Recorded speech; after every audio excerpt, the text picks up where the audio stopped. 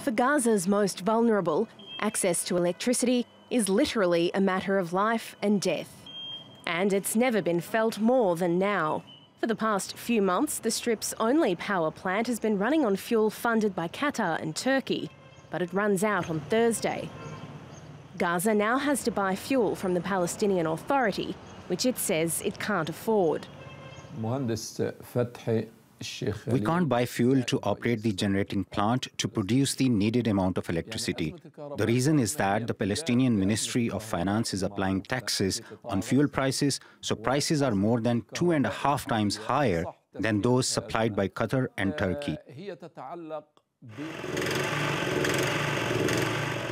The Gaza Strip has suffered from an electricity crisis for more than 10 years, made worse by Israel's blockade that limits fuel imports.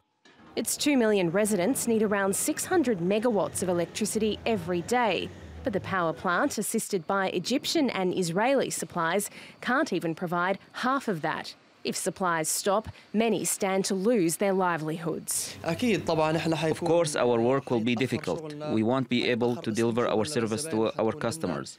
We are using big machines in our maintenance work here, and they consume a huge amount of electricity. Recently, Gaza suffered its worst electricity shortage in years, where homes had power for only around 3 hours a day.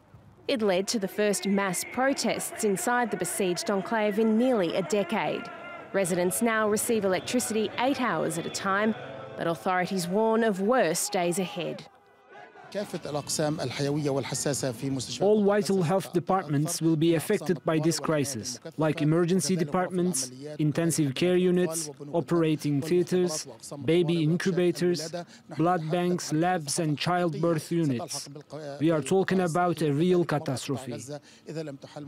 The Palestinian Authority says it has no choice but to charge the taxes because it has its own financial worries. It's been in talks with Gaza's ruling Hamas party for months to try and end the crisis, but hopes for a solution have less current than the Strip's power grids. Denee Savoia, TRT World.